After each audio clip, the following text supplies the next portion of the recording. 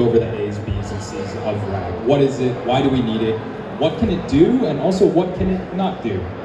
And hopefully this will give some of the folks who are a little bit new to GenAI, who are interested in building out their GenAI application, but not necessarily 100% sure what the best way to do it is, a little bit of context into what the second half of this presentation is going to be, which is more about multimodal RAG, a little bit more hands-on, going through some Jupyter notebooks, and hopefully some more exciting stuff for everybody here as well.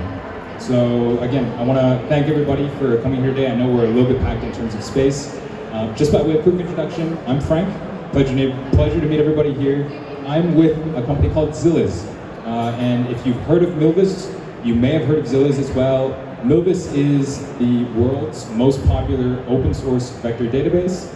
It was created at Zilliz way back in 2018, open sourced in 2019. And today we've seen a lot of traction in the GenAI space with Milvus, and by extension with Zilliz as well. So without further ado, let's just get right into it. And again, I talked about this a little bit already, but I'm going to start by going over the A's, B's, and C's of RAG. And I'm going to make this a little bit bigger. I realize the text is a little small. Give me 1 second.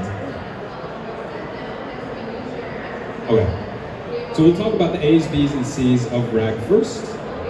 And then I'll introduce Milvus very, very briefly, and also why Milvus is the only vector database that you should be using for your GenAI applications if you're trying to build out retrieval augmentation. After that, we're going to go to something that's hopefully a little bit more exciting, more hands-on, fewer slides. We're going to talk more about multimodal RAG, and hopefully there will be some good stuff for you guys coming up here as well. So I'm going to talk first about basic RAG, RAG 1.0, the A's, B's, and C's. And if we zoom back out here, this is actually an early version of Gemini. I don't know if Gemini 1.5 still does this hallucination, but actually if you ask it early on, maybe a couple months ago, list 3 politicians born in New York, it actually is Hillary Clinton as one of them, and that is a hallucinated answer, right? Because Hillary Clinton was actually not born in New York. She was actually born in Chicago, Illinois. But large language models can give you this very, very plausible sounding answer. They can give you these very, very plausible sounding responses. And fixing these types of hallucinations is one of the things that RAG will maybe get you 90–95% of the way there. Now, it won't fix hallucinations for you 100%. If there is content in your context that is unrelated to the query, your large language model might still hallucinate. But with RAG, with proper prompting, with a little bit of careful tuning, we can get rid of most of these hallucinations. So that's one thing that that RAG is useful for, is minimizing these hallucinations. Another thing that RAG is useful for is if you have data, if you are, let's say, an individual or an organization or a company, and you want to be able to give large language model context into what your organization or your company, what you are doing, RAG is also very, very useful for that. And I'll give you another example.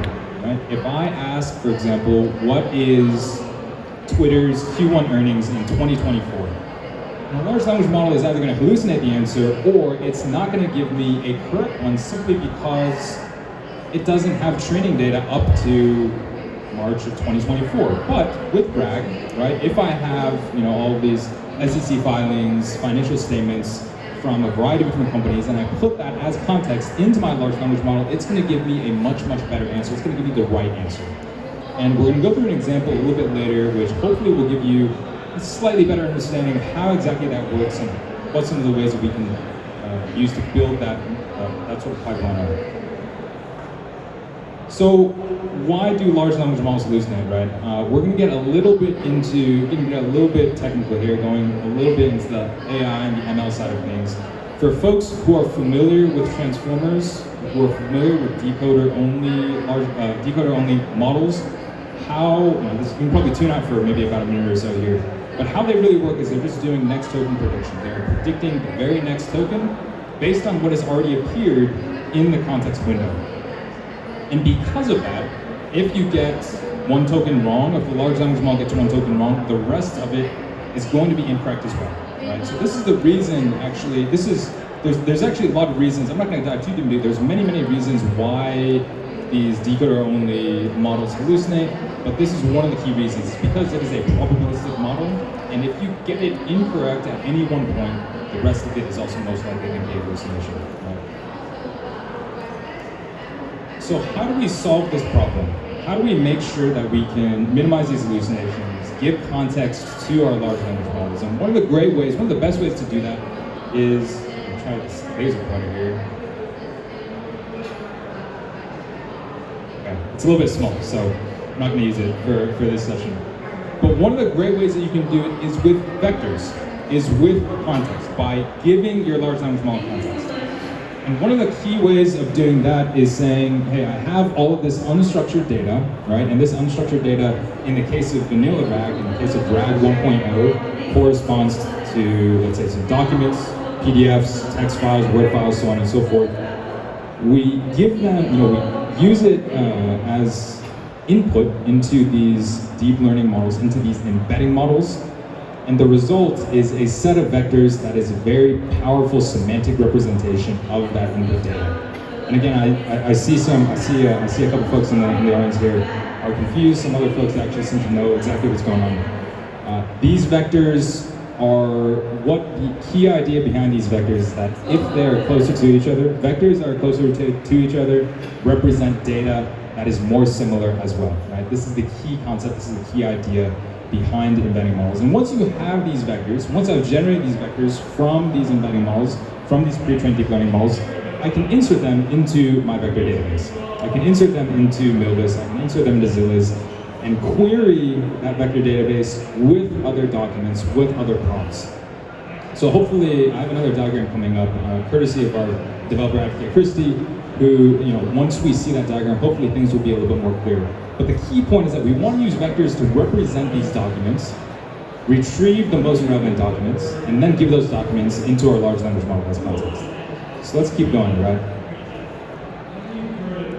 In the RAG process, there's actually two, well, if you're talking about a multimodal RAG, maybe multiple models. But in the context of RAG, there is actually two different models that are at play here. The first is the large language model itself, and the second is what I was talking about in the previous slide, is the embedding model. The embedding models are usually encoder-only models, whereas large language models are usually decoder-only models. Large language models do next token prediction, while the embedding models, they take the entire text as input. This is very, very important, right? So there is a very, very clear distinction. It is not the same model. I think, even today, I think there's a lot of confusion here. When people say that they use OpenAI as a large language model, or they use OpenAI as an embedding model, these are actually two different things.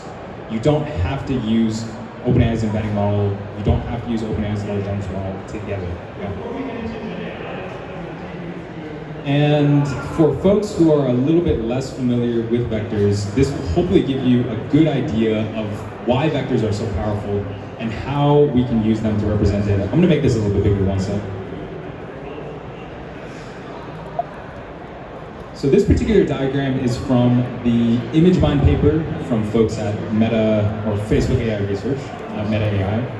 And the idea behind this is they have trained a model to turn many, many different types of data into embeddings, into vectors.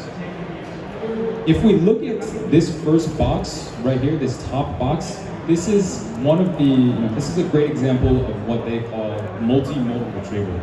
And the idea is saying, if I have a vector that corresponds to the crackle of a fire, and I want to retrieve images and videos that are closest to the vector that represents the crackle of a fire, I get pictures and videos that are very, very relevant to this particular topic. Same thing if I have audio of a baby cooing, and I want to try to retrieve videos and images of this, I get the same exact thing, right? They also have multiple, they have 6 different modalities in here. They have depth maps in here, and they also have text as well.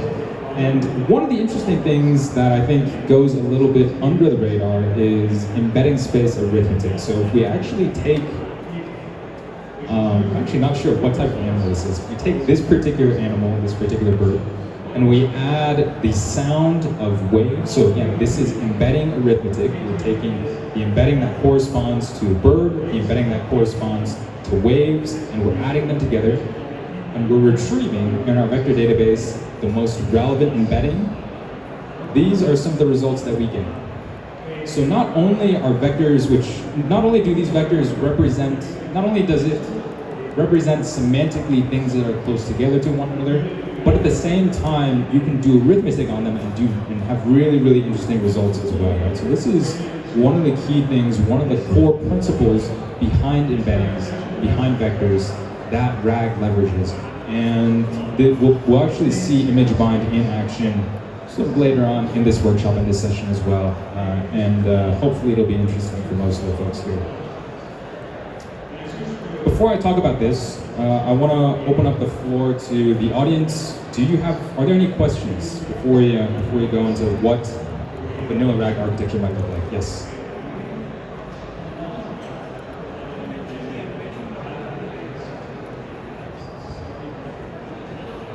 Any questions? You have a question. I was confused about, you could say you can swap encoders and decoders and it will work. So you could use a different encoder model and from one company and a decoder model from another company, and it should just work. Yeah, great question. I think I didn't really explain this slide very, very well here. The idea is that you can use an embedding model and a large language model that are from different companies or different organizations, right? So I can use, for example, OpenAI's large language model and some embeddings from the MTech leaderboard on Huggins. Or I could use Mistral, or I could use Llama 3, one of the open source models, and I could use OpenAI's embeddings, right? The system that we create is these are actually two separate models. That's sort of I guess that's a point that I wanted to make with this particular slide. So they are not tied to each other per se. Does that clarify things a little bit?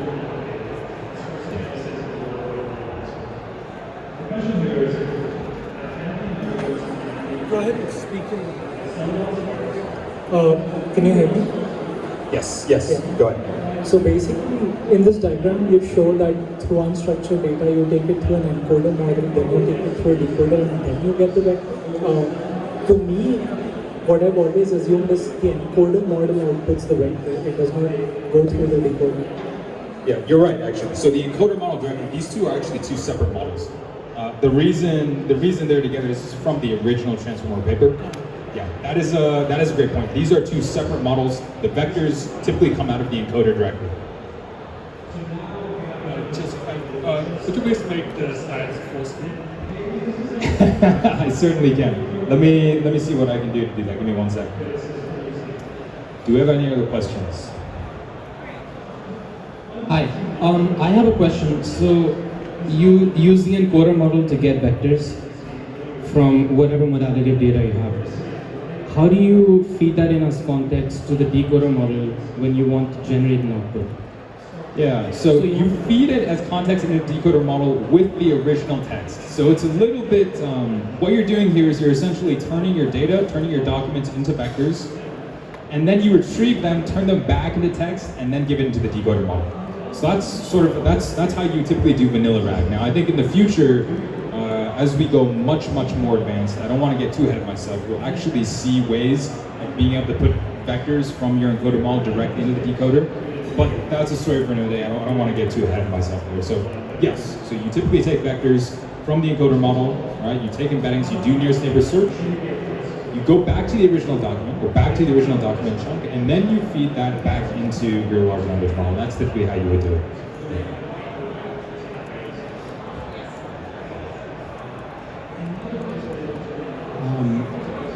One question that I have is, if you're not using RAG and you're using a vanilla ChatGPT or a decoder-only model, what is the input that gets fed in because it's a decoder-only model? So are there vectors there as well, or?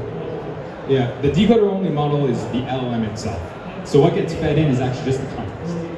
Yeah, in the future, I'll remember for this slide to actually draw a line down the middle. But yeah, I think there's a bit of confusion here about this slide in particular. What is fed into the decoder-only model is just the text itself.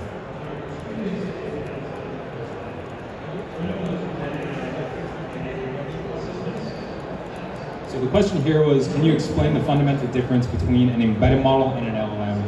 The embedding model is actually a model that you use to turn your data into vectors, and the LLM is, well, the LLM is what you use, it's basically what you chat with. So once you have your data, right, that data is in the form of documents, that data is in the form of vectors. We give those documents into our large language model, right, and then it will be able to ask and answer questions based on that. She's gonna fix your Wi-Fi.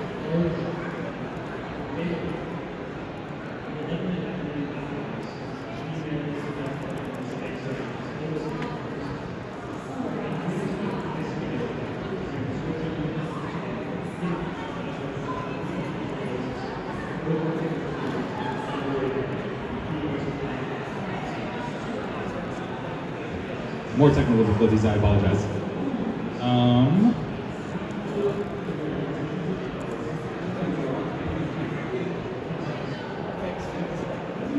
So the embedding model converts text into vectors.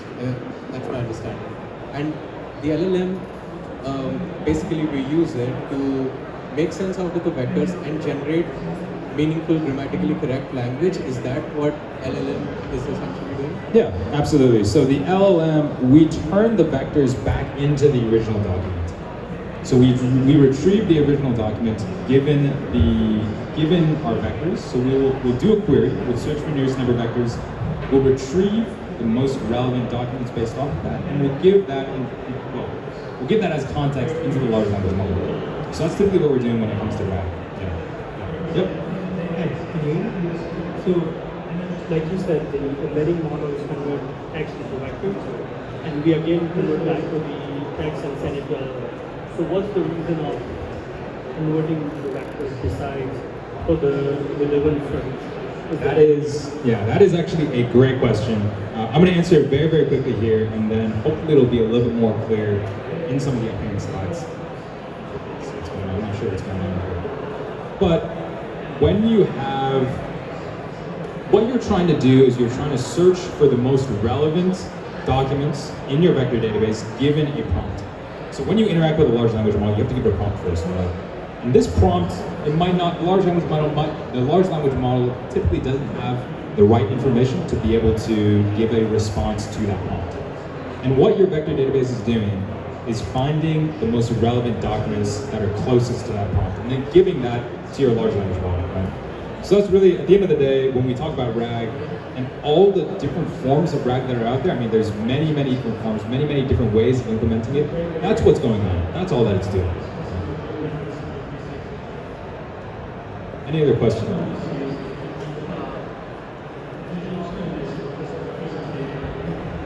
So in this example where a whole document or a whole file might be turned into a vector, does it get chunked before it turns into a vector, or does right? Because it memory concerns.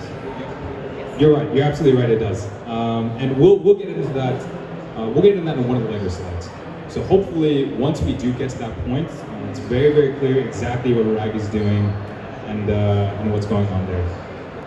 Some more technical issues, so I can keep on answering some more questions as we figure this stuff out.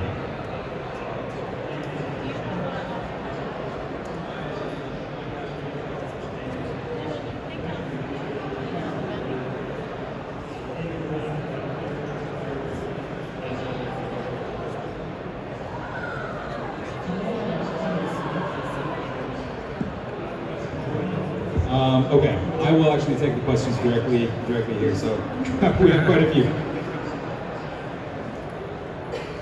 Just a quick one. Thinking about using things other than text to cover that. So yes, we absolutely will. That will be one of the examples that we go over a little bit later. I'm gonna answer questions all the way up until this gets fixed. I see there's quite a few around here. Is the vector database responsible to decode for sending it to LLM?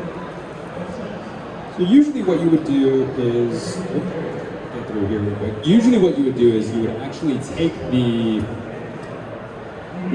vector database stores the vectors, and inside the vector database you either store the original text or you store a mapping to where you can find the original text, either in S3 or somewhere in your local disk or the actual name of the document, right? So once you retrieve the most relevant vectors, you can turn that back into the text, then give it back to your large language model. I'll take a couple more here.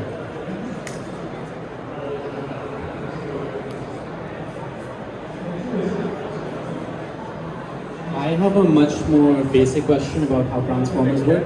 So, when you're using a decoder model, you take the entire input sentence and you have to do a forward pass for every single token you output. Is that how it works? And then how does the encoder model work? Because I've never understood that. Yeah, so the encoder models, they typically, when you have encoder models and you use these encoder models to generate the embeddings, what you will do is you have a single token embedding, right? So the token embedding and the embedding for your document are actually two different things.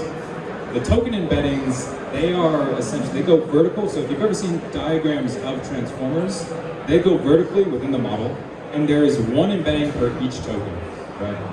At the very end, when you generate document length embeddings using these encoder-only transformers, what's going on is that at the very end, there's usually some sort of pooling operation, usually average pooling, mean pooling, or max pooling.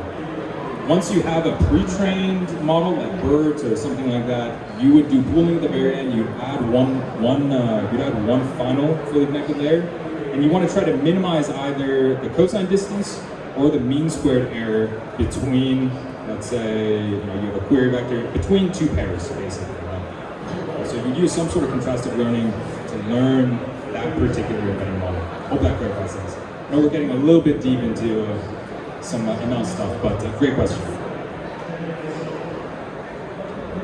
when you talk about taking cosine similarity between query and document, that's like a single vector. So do you ever see any use cases, maybe in like multimodal RAG, where you need to have like a multi-vector embedding and maybe look at like distributions of vectors? Yeah, so great question. So when you have multiple vectors, usually they correspond to the same item, but potentially that item has multiple modalities that are associated with it. And I'll give you an example that we see a lot at Milvus and at Zilliz, which is products. If you have products, typically you have an image of the product and you have a description of the product and text of the product as well. And if we want to do RAG over the product, so for example, if I'm asking my large language model, we'll do gift rec, we actually have, it's interesting that you talk about it, we have a gift recommendation, multimodal gift recommendation RAG example that's coming up very, very soon. When you talk about that kind of, when you talk about this kind of multi-vector search, it's actually very, very important to have these different vectors for each row correspond to different pieces of things. So what I was talking about there, the title could be a vector, the image of the product could be a vector, and the description of the product could be another vector as well. And when you do RAG, you actually want to do RAG over all three fields, not just one of those fields. It's very, very important to actually be able to have a vector database that supports multiple vectors in a single row. And we're going to get to that a little bit later on in this talk as well. Thank you so much for all of those amazing questions. I'm going to try to get on with this presentation. I apologize for some of the sort of technical difficulties that we were having a little bit earlier. But again, keep the questions coming. If you ever have any, feel free to interrupt me in the middle. Chris is going to come over, hand you a mic, and we'll get those questions sorted out. Oh yes, I can indeed. Thank you for reminding me. All right.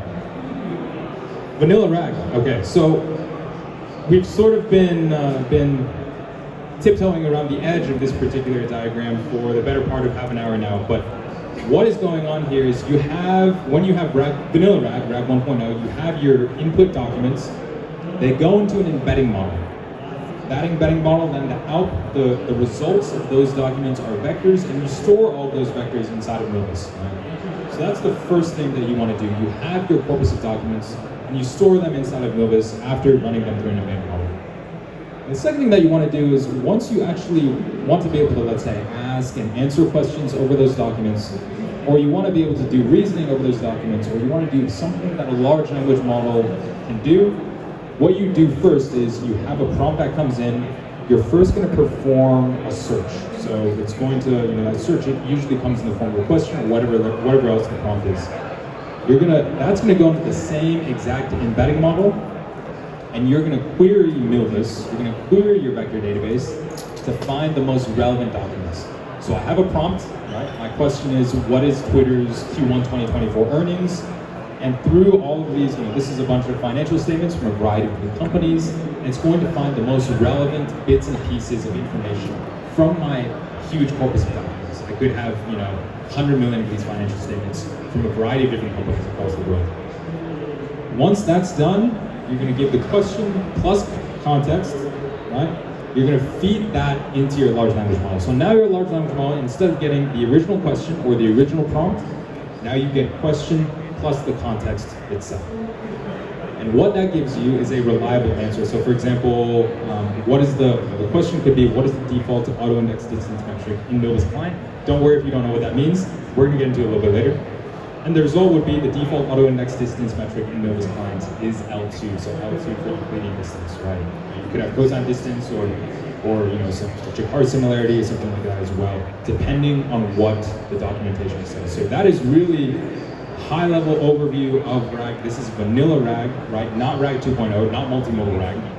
And this is the very, very basics. And we've actually seen examples of this that are implemented in a lot of organizations already. They're actually using Milvus in production. A lot of them are using Zilliz Cloud in production. And this is how they're actually using our vector database to implement a RAG solution. So I also want to open up the floor to discussion. I do see some members of the audience that are pretty seasoned when it comes to RAG, that are pretty familiar with what RAG is. And there's a lot of people out there that are saying that RAG is dead now that we have these really, really long context windows for large language models. So just to give folks a bit of context, so to speak, into what's going on here. If you see, the recent release of GenAI 1.5 has 1 million, 2 million context window length. They're working on a 10 million version. And a lot of pundits out there are saying that RAG is dead because we can just give all of our documents into the large language model, feed it in its context, and we don't need a vector database, we don't need RAG. Ignore all that nonsense, right? And I actually want to open up to the audience. I do see some folks here who are more familiar with RAG. I do see some smiles out in the audience as well. What do you think? Right? I want to hear from you guys.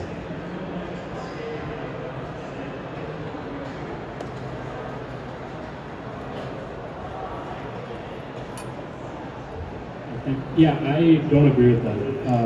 The reason is, I think, so at my company, we're trying to build an LLM enterprise. Factuality is super important. Precision of your context window is extremely important. And we have practical experience with trying to stuff a bunch of data in and completely failing, and then realizing you actually have to build out the business logical heuristics. So yeah, I just totally disagree with that.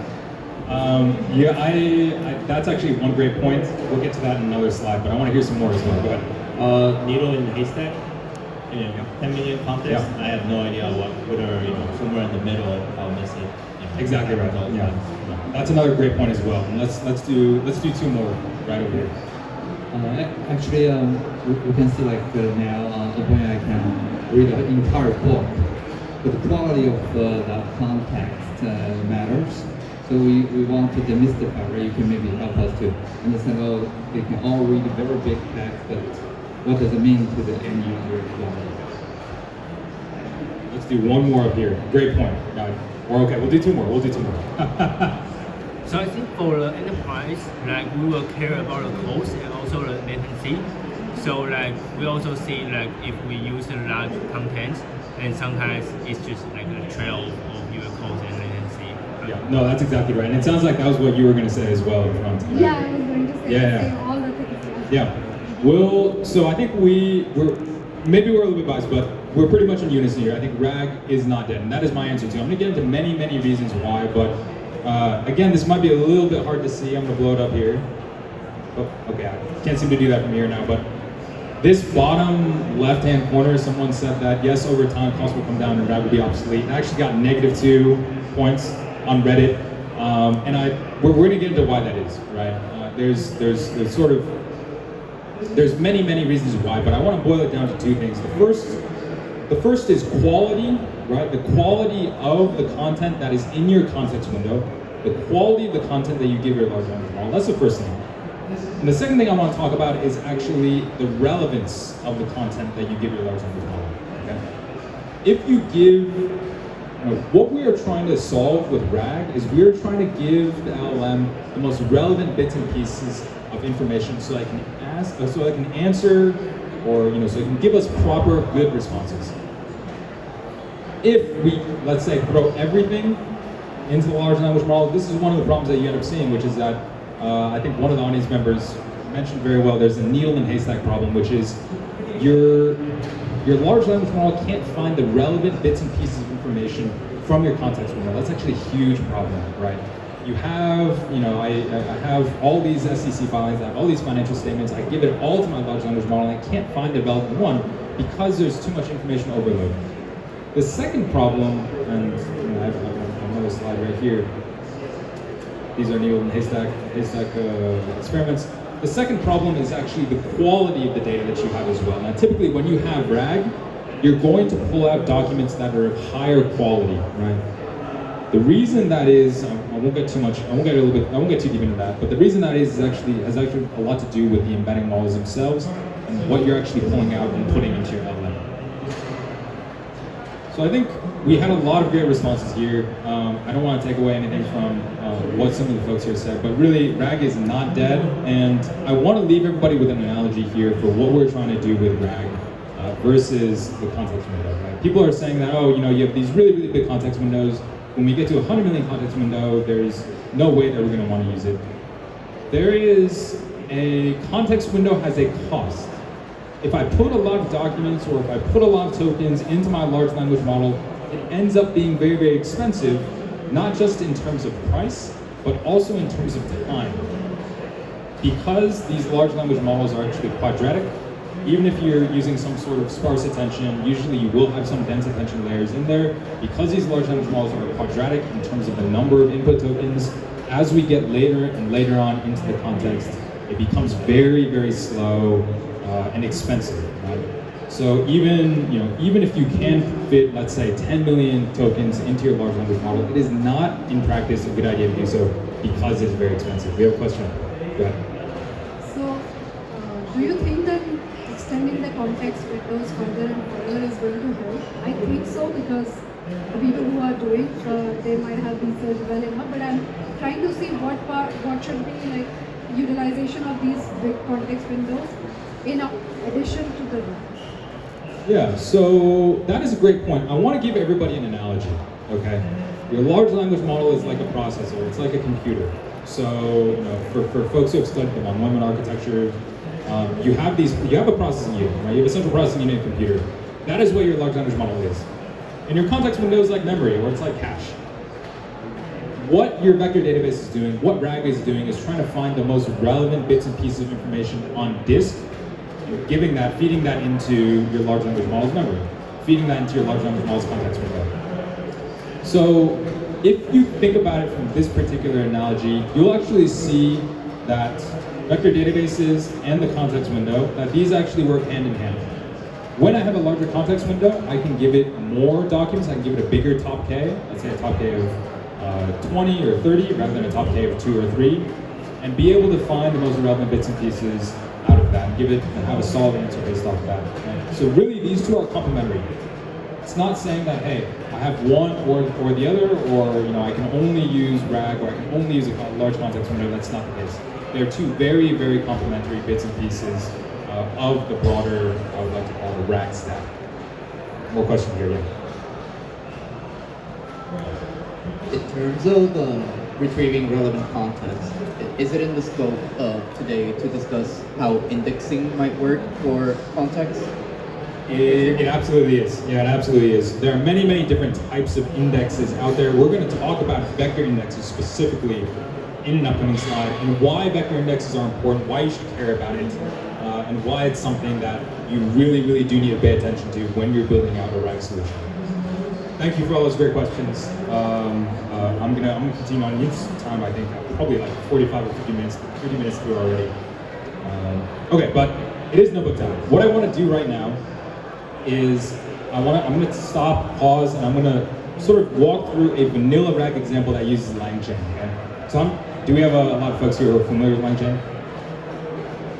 Okay. So actually, most people, I would say. This is a vanilla RAG example. It uses LangChain. It uses Milvus.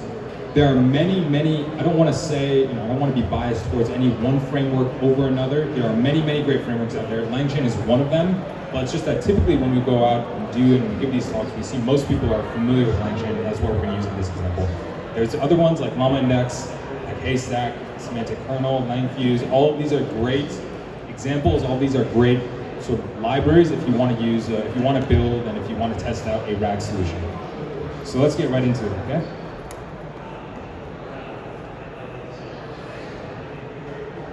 Okay, so hopefully, can we have this, sort of, the text is a little bit small, so I apologize. I'm gonna make it a little bit bigger.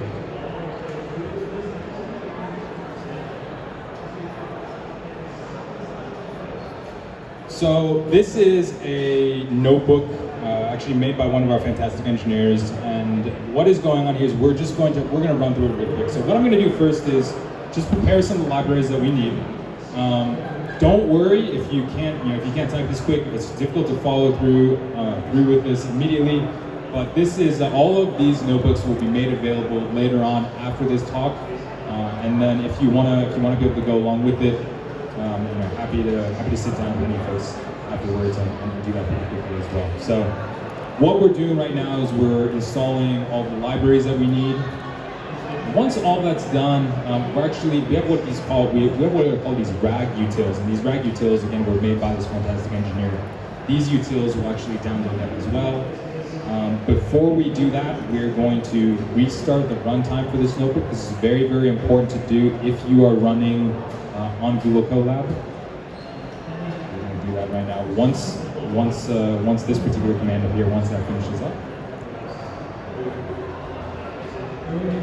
And also for this particular example, we're going to be using OpenAI's models. And again, we're not partial towards any particular embedding model. We're not partial towards any particular large language model. The reason that we're doing this is because most folks here are familiar with it, probably have some OpenAI keys already, and it's just easier to go through this example with everybody here as we do that.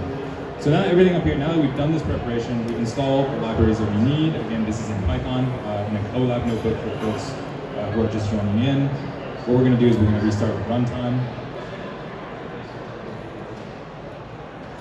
So this is gonna keep all our libraries, right? We restart the session, it's gonna keep all the libraries, but now what we do is we reloaded some of the material that we needed, some of the libraries that we needed as well. We're good. So I'm going to run this, and now if I come back here, you'll actually see that I have this RAG utils folder here. Again, this has a variety of different examples in it. We're going to be going over the vanilla example today. And as we run through this, again, it's using OpenAI. We're going to get this key as a part of your secrets. For folks who don't know, you can actually apply secrets inside of a Colab environment. In this case, I've given it an OpenAI key so it can actually read directly from these secrets. And what we're going to do here is there's this awesome sort of blog post on agents. And what we're going to do is we're going to index this particular blog post as vectors into our vector database, into Milvus. From there, we're going to retrieve the most relevant items, given a question, given a prompt, and then we're going to have OpenAI, we're going to have its large language model answer that question for us. Right? So let's do that right here. And again, we are using LangChain here. So what's going on is we're using a web loader to load this particular web page. It's getting split using. Come again? It is only the text from the web page for now. So you make a great point. Oftentimes in these web pages there are some embedded images or embedded videos. We're not going to parse that today. We will show you what are some of the ways that we can use to actually get that as vectors into your vector database and retrieve the most relevant results. So this is pure vanilla RAG. It is only text RAG. And we can see what the document looks like. This is one of the examples of the document. So it's chunking up this web page, and it is turning all those chunks into vectors, and we're going to search for the most relevant vectors in our Miltimodal vector database, right? So as we do this, what we're going to do is we're just going to do a basic similarity search here. So when we ask our query, the prompt that we give our large language model here is, what is self-reflection in the context of an AI agent? And these are the most relevant documents, these are the most relevant chunks that we have retrieved from our vector database. I know it's a little bit hard to see for some of the folks there, but you can see it's actually somewhat relevant. Okay, so it is actually pulling out the most relevant information, and we're going to feed it into our large language model. Here we're using LangChain's, they have an expression language. It's a little bit newer for some of the folks who are familiar with LangChain. We're using LangChain's expression language to actually build out this RAG graph, so you can actually see what's going on here. Very similar to one of the things that we did a little bit earlier, one of the diagrams that we showed a little bit earlier, where you have the context, it actually goes into your vector database, so it actually goes into a vector store retriever, LangChain calls them retrievers, and then you're smushing together the query along with the context, and you're giving it to OpenAI. So now, if I invoke OpenAI and I say, hey, can you, given the context, given the original query, can you answer this question with the information that we provided as context? And you'll see that this is the response that it gets. And actually, it's actually a very good response. So if you've read Lillian Wang's blog, if you've seen the content in there, this is actually a very, very solid response. And I want to emphasize there are many great options for tooling layers that you can use, such as Omnidex, Haystack, Semantic Kernels, many other great ones out there as well. I want to emphasize one more time, this is vanilla RAG, it is not multimodal RAG. And again, I only wanted to go over this in the first half of this talk so that folks have a little bit of context into what we're talking about, and really the A's, B's, and C's as well. Another breakpoint here, do we have any questions for the folks up here?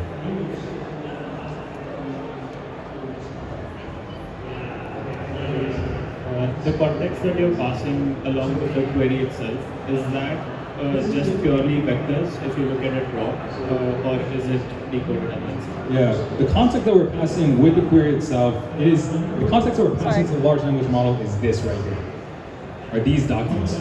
So the original page content, these are chunked based on, we've specified a default chunk up above from LangChain, so they're automatically chunked.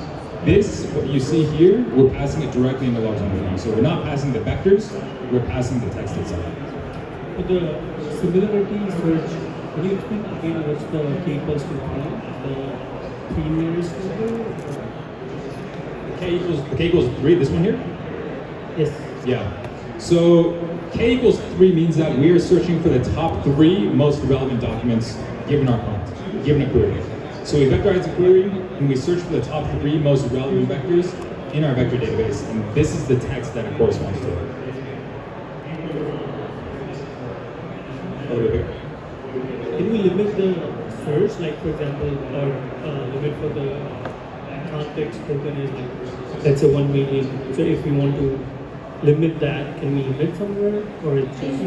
Yeah, so if you want to limit what you give into, your large language model, you can do, when you do the similarity search, you can specify a different top K. And there's actually ways to do that in the LangChain expression, in LCell right here.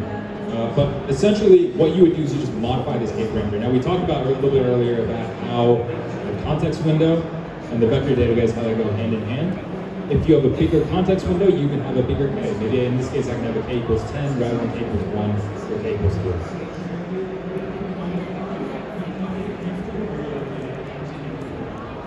Great question. Yeah, so the question here is what type of indexing was used for the vectors? By default, Miltimodal uses HNSW. We're going to get to that a little bit though. So vector indexing, there's many vectors that are supported inside of Miltimodal. This one uses HNSW. We're going to use HNSW for most of these examples as well. That doesn't mean that you should always use it. So another question I have. So is the context and query part of the prompt? The context, both the context and the query are part of the prompt. That's correct. Is there anything else that is added in the prompt? Let me show you.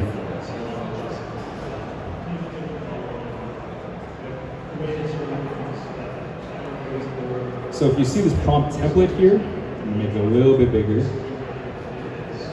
the context and the question and a command are provided directly to the prompt. So this is a prompt template. You're an AI assistant. You answer questions based on this, yada, yada, yada. All responses should be specific and use statistics or numbers where possible. So we are trying to guide the large language model to answer questions based only on the prompt itself, based only on the data that we have, right? We want to minimize any other sort of potential outside leaks, potential outside sources of information that can really be used to give us a good response. I'm going to take 2 more questions before we dive to the video. Go ahead. Yeah, can you give us the location for the notebook? What is let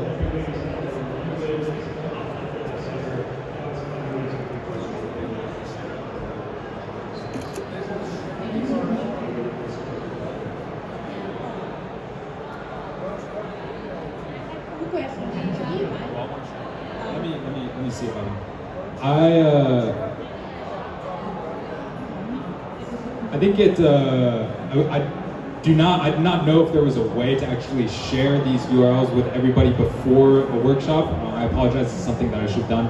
If you actually come up to me afterwards, what I'll do is I will give you the URL, and you can actually run through all these together. You can always feel free to connect with me directly on LinkedIn or on Twitter or any other form, and I'm happy to walk through these with you as well.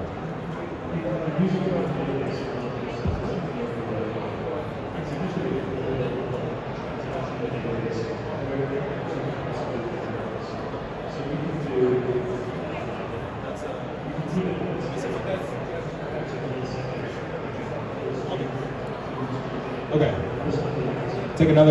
We'll take one more question, and then I'm happy to answer. I'll be around long after 5. I'm happy to answer more questions as needed. So I have a couple of questions. The first question is, when you have a lot of unstructured data, should you be storing that in one place or you distribute it? Okay. I recommend you store all of your unstructured data as vectors inside of Milvus. And if you have structured data, you can store them inside either a document database or a relational database. Okay, and one more question. When you have large amount of context, right? So LangChain framework, it provides a method called MapReduce. So, I mean, if you know that method is too slow, basically it detects large context into smaller context and then passes the prompts to the LLM parallelly. So how do you optimize it efficiently? That's my question. So it depends on what you're trying to do. It depends on what you're trying to do with this particular MapReduce functionality. So if you are trying to if all you're trying to do is call everything in parallel, what I would recommend is you still do a search, except you give the context to different workers, or you do all of that in parallel. So each worker, let's say, gets a specific subset of the documents, right? And you'll want to make sure that you have careful prompting so that if the relevant information is not inside of your context, it doesn't hallucinate an answer for you. Okay, thank you for all those questions. I'm glad to see that the audience is really excited. I will be here afterwards, long after 5, to answer any of these questions that you guys may have. Thank you for bearing with me. But I'm gonna get back to these slides here. Get back to the slideshow. Hopefully everybody has a good picture of what RAG is, why do we need it, what are some of the things that it's good for. And what I want to talk about now is Milvus, right? So we now know why we need a vector database, we now know how these vectors work, right? Why we can use these vectors to give context to our large language model. And I want to talk about why Milvus is one of the key vector databases, really the only vector database that you should be using to build out your RAG applications. So there's a lot of pain points when it comes to building out RAG. There's a lot of questions, right? And just judging by the amount of questions that we have in the audience here, there's a lot of different ways, a lot of different things that you have to watch out for when you're building these RAG solutions. The first is choosing the right embedding model, right? What is a good one? Right? There's all these options out there. Snowflake has one, Databricks has one. There's Voyage, Cohere, so on and so forth. Choosing the right embedding model is one of the pain points.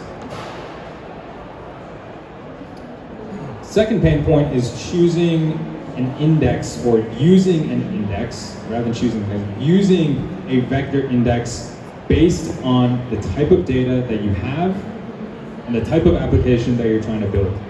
Get a little bit more, probably gonna get some questions about this afterwards, but really what you want to think about is, do I need really, really precise context? And if I do, maybe I should use something like FLAT or HSW as a vector index, as an indexing solution for my vector database, okay? If I'm okay with, let's say, missing some data, or if I don't have a very, very high value application, maybe I want to minimize cost. I should use quantization. I should use quantized vectors. Maybe something like IVFSQ, or maybe I should even use binary vectors, right? If I have, if I want to maintain really, really great recall, I'm willing for my RAG application to be a little bit slower. I can use something like disk ANN. So there's many, many different options for vector indexes that I can use. We will take this one question. Sure. The index here that we're looking at is actually how we are indexing the vectors. So now if we have, let's say, 100 million documents inside of our vector database, I need a way to search that 100 million vectors very, very quickly and with really, really good efficiency as well. So there are many, many different ways of doing that. These are some of the ways that are available to you inside of Zilliz.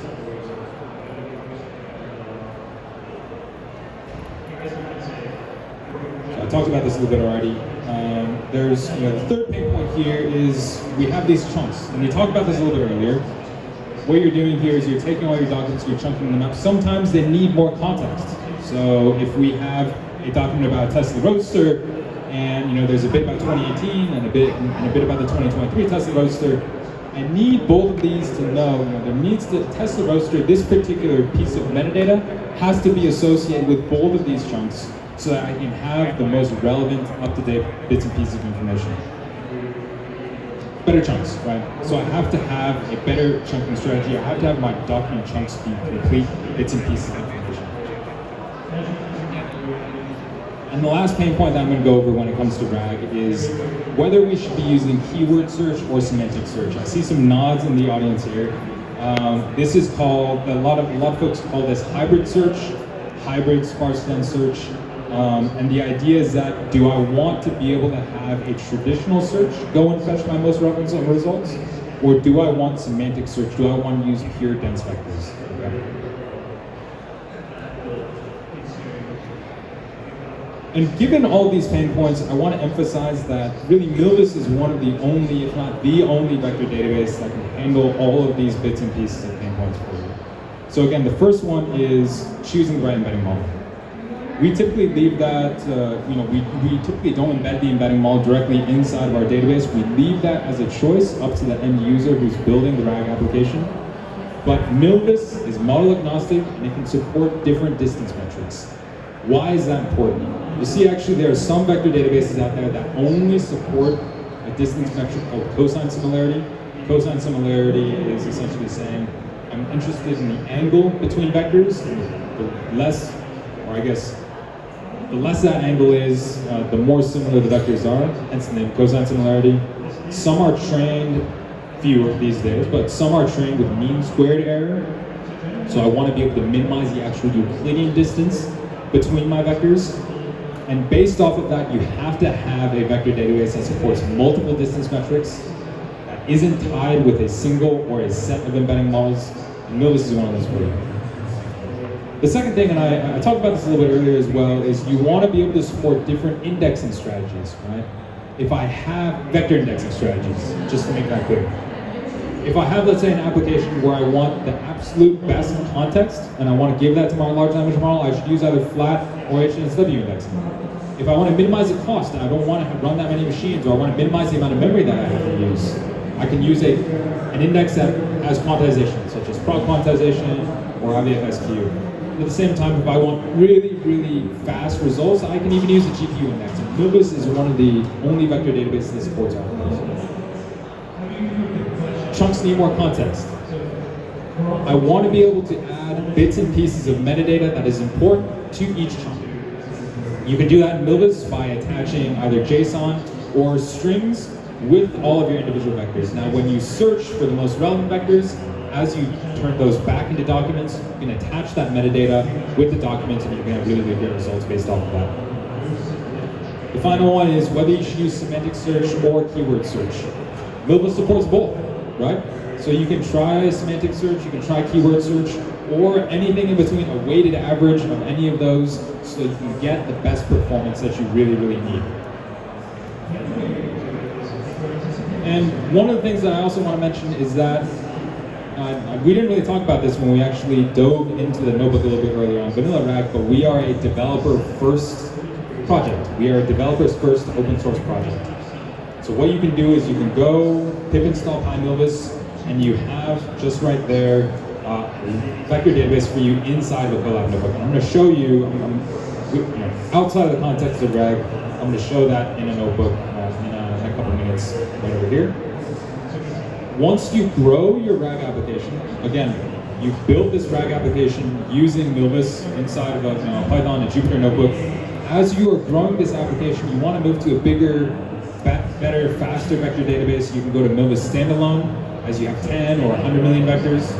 And once you grow to something really, really enormous, let's say you have 1 billion documents, and you're a really, really large organization, you can use Milvus Cluster. Milvus Cluster distributes your vectors across multiple machines, so distribute your index across multiple machines, so that you can search for vectors and really be able to retrieve the most relevant results based on your input context.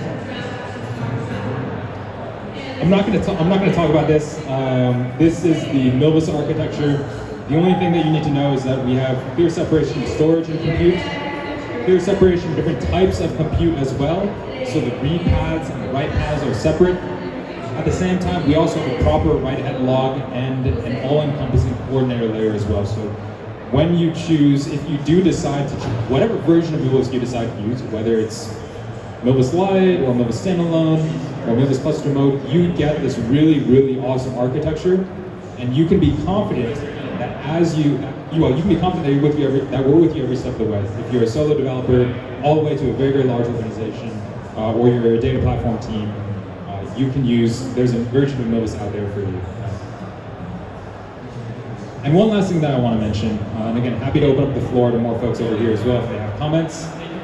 We have all of these large language models, and they are closing the gap between a lot of closed source language models. It might be a little bit hard to see. But this is from lmassist.org. This is a plot that was made out there. You can see some of the very, very early ones, they actually had a pretty large elo gap, GPT 3.5 and GPT 4. But now a lot of the open source ones, if you look at Mistral, if you look at Llama 3, all these are really closing the gap with these really, really powerful LLMs like GPT-4, GPT-4v, GPT-4o, so on and so forth. So open source is going to be really, really key to all of us moving forward. And if you want to build a RAG app, you have to adopt an open source vector database. And Milvus is a great option for you, not just for the reasons that I mentioned, but also because we've been really, really battle tested in a variety of different production environments. And we can help you take everything from, let's say, a starter notebook all the way to production very, very easily. All right, I think this is a good break point as well. And again, this notebook is going to be very, very short, very, very sweet and simple. I'll take any questions that we have.